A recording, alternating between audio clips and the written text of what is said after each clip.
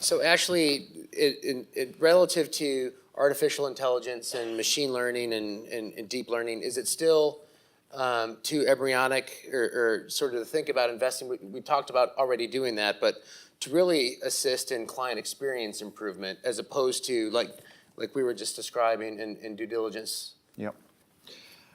You've probably all seen even some high-end shopping sites now. They're using an element of AI for question and answers, so online chat, and it's usually suspect if you get an answer straight away, and they're usually AI term engines behind the scenes.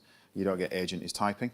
That is certainly an area that you can implement AI and get a return on client experience in terms of it's helping them. So anything that's a repeat question, how's my case going? What's the status of the case? Where's my claim currently at? Obviously, anything you can cut down on human in-house interaction, you can save time, cost, and ideally reduce the rates to the client. But I don't think law firms are quite there yet. They want to keep the fees as high as possible, but it will drive down the cost on high volume work, and AI will be the driver to do that. And I suppose you've got to be in it as early as possible to be at the driving seat, but it is very expensive at the moment. It is embryonic in certain areas. There are 3 or 4 tool sets out there that all do different flavors, different things. To get it all right, you probably do have to have them all right now, just to play a part on documents, on understanding natural language, and then depending on what you said right at the start, your data and your quality of your data. There's all those areas that impact, but it can drive customer experience, client experience to the next level. We're also looking at tying AI, trialing it at the moment with our risk systems to assess whether or not what a claim outcome could look like before it's whether or not it might be litigated. So there's a risk level score on as soon as the claim comes in. So it's all about if you can increase the turnaround time very quickly, you should be able to pass on that cost to the client. One of the questions that was that I think was discussed at the College of Law Practice Management last week in Atlanta, Georgia, was when you start to have interfaces like that, where you're almost in a chat room environment, where a machine is providing the answer. Where do the sort of ethical obligations lie in the event that computer gives the wrong answer? There was that great example about there's a school that uses it for those kind of frequent ask questions, and one of the students mentioned Tampa to the AI component, and it said, "Oh, I love Tampa. I was just there last week." But that's because it learned it from a real teaching assistant answering a question that way. Yeah. So you got to be really careful with some of that. So we talked a little bit about inference at the outset, and that AI kind of can learn without coding. So how is document automation AI, or is it? Well, I wouldn't regard Contract Express or really any of the other document automation platforms that are out there as AI tools. They're using logical engines to gather data and produce some form of outcome. But my definition of AI, and ask 5 different people in the field of AI for a definition, and you'll get 5 totally different answers. But I think for me, I think something's AI where there is an element of learning. And I think that's the distinguishing, I think that's what we should be thinking about in terms of the distinguishing feature of AI-based tools. So I wouldn't class document automation or other, even the expert rules engine-based solutions that as AI, because there isn't really that evidence of learning.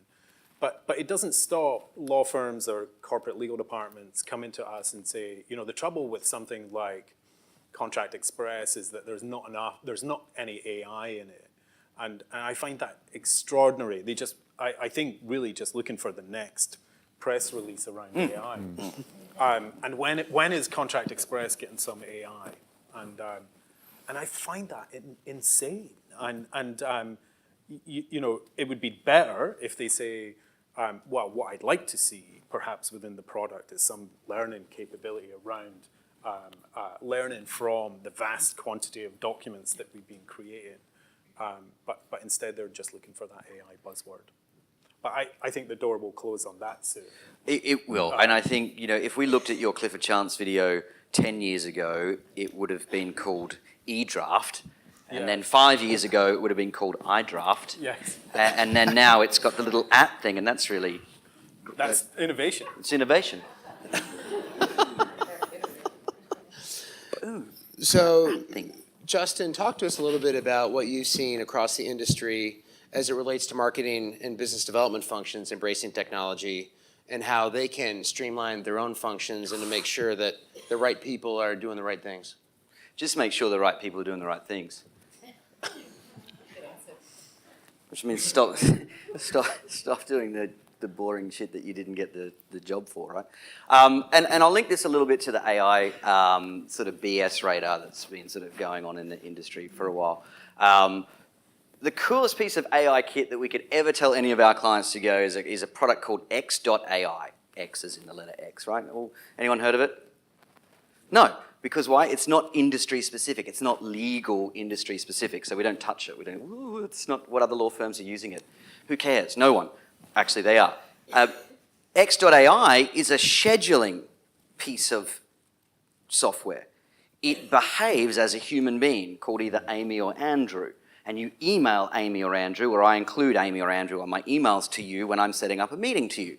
You say, do you want to meet? I said, yes, let's have a coffee. And then all of a sudden, Amy takes over that correspondence for me. And it's never in my inbox ever again. Because on average, we spend 6 to 8 bounce back, bang, bang, bang, bang, to set up just a quick coffee, right? Now, law firms are running around trying to find, what due diligence AI or what automation thing that they should have, and they probably already own it, to be honest, and he's going to sell it to you twice. But we can eradicate, sounds horrible, we can eradicate 30 to 40% of secretarial headcount using something like X.AI. Or we can give back time to the fee earning community of the scheduling task that they are doing. Very narrow use case, but it takes a lot of our time up. You think about how much time you spend internally checking to see if everyone's calendar's there. Amy reads my calendar. Amy knows where I am before and after this. She knows how much travel time to give me.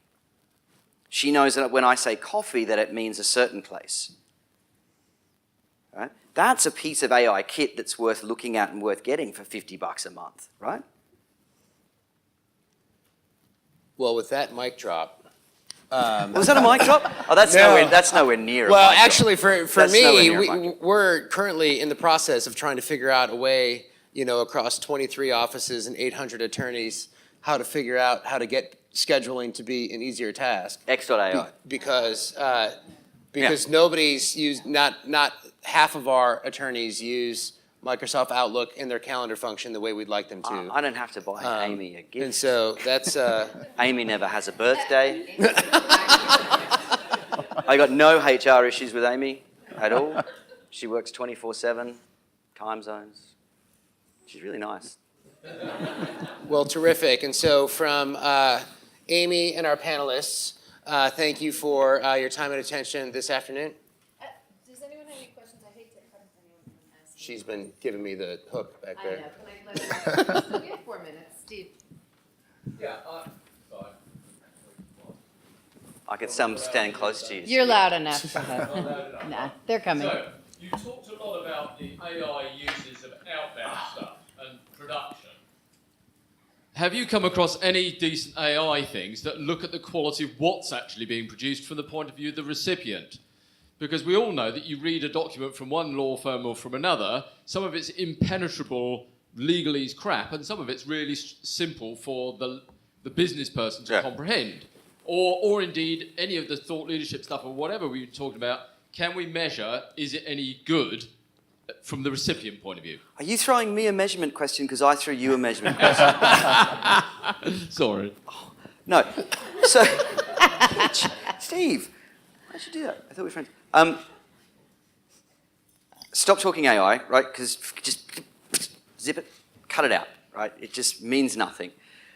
I'm going to take it to the service point of view, right? I'm going to take that all the way back to saying, are contracts or any legal documents well written? I can take you to the absolute extreme of that and point you to the trend that's happening at the moment, and you'll see it coming out of some of the US providers, and you'll see there's a conference in Australia about it, and there'll be a conference in here, which is the use of comics and diagrams as contracts. Right? And if you're not on top of that, and the use of data visualization as a single page infographic on a very complex M&A transaction, or the use of comic transactions and comic contracts, then get used to it, right? That's taking the legal BS writing all the way to the extreme, right?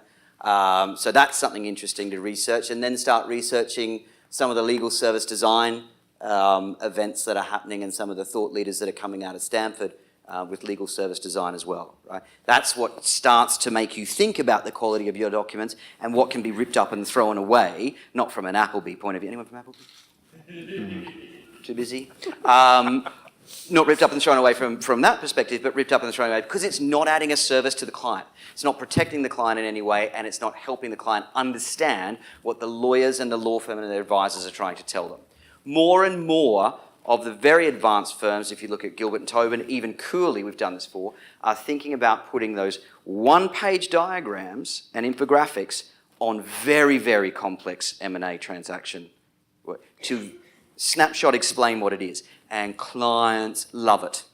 Love it, love it, love it. Because we understood what the experience of the client is. The document gets spread out across 800 people at UBS. They all look at it. They don't understand the context. People, unfortunately, read 140 characters and pictures now. That's it.